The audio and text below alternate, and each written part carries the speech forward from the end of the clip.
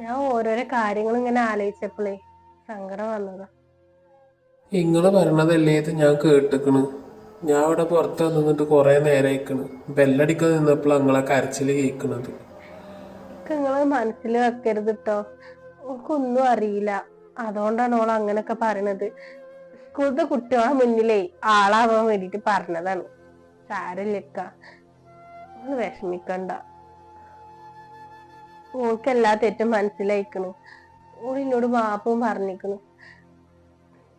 പിന്നെ അത് ആലോചിച്ചിരിക്കരുത്. നിങ്ങൾ അറിഞ്ഞിക്കണെന്നുള്ളത് ഓൾ അറിയരുത്. കൊറേ കരഞ്ഞിക്കണ് എന്റെ മുന്നിൽ നിന്നിട്ട്. ഒന്നും കരയിപ്പിക്കണ്ട. ഏയ്, എൻ്റെ മനസ്സിലൊന്നുമില്ല. ഞാനത് അപ്പളേ വിട്ടിക്കണ്. പിന്നെ കേട്ടപ്പോൾ ഒരു സങ്കടം ഉണ്ടായിരുന്നു എന്നുള്ളൂ. ഇക്കറിയിക്ക നിങ്ങള് എങ്ങനെ ഓളെ നോക്കണെന്നുള്ളത്.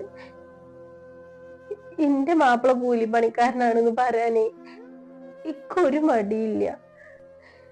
എന്റെ ഇപ്പം കൂലിപ്പണിക്കാരൻ തന്നെയാണ്. ഞങ്ങൾ എങ്ങനെ നോക്കിയെന്നുള്ളത് ഞങ്ങൾക്ക് നന്നായിട്ട് അറിയാം.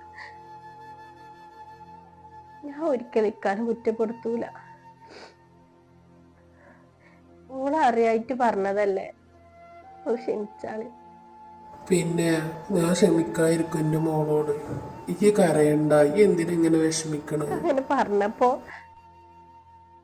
എന്താന്നറിയില്ല,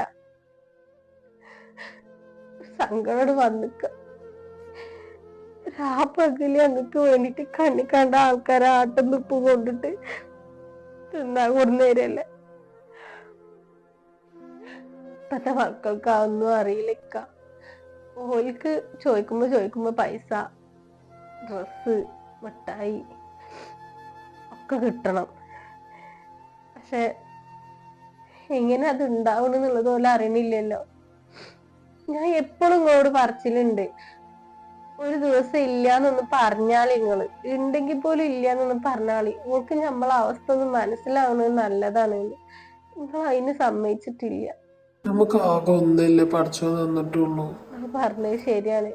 ആകെ ഒരു കുട്ടി തന്നെ ഉള്ളൂ. എല്ലേതും അറിഞ്ഞു വളരണ്ട മക്കള് സുഖം മാത്രം അറിഞ്ഞു വളർന്നിട്ടാണ് ഇപ്പൊ ഈ പ്രശ്നമൊക്കെ ഉണ്ടായത്. സങ്കടങ്ങളും ഒക്കെ അറിയണം. ആ, ഇനി അങ്ങനെ നോക്കിയിട്ട് വളർത്താം. ഇഞ്ചി വിഷമിക്കണ്ട, ഒക്കെ ശരിയാവും. എനിക്കേ ചായ എടുക്കാം. ഇരിക്കേ. ആ, പോയെടുത്തിട്ട് വാ.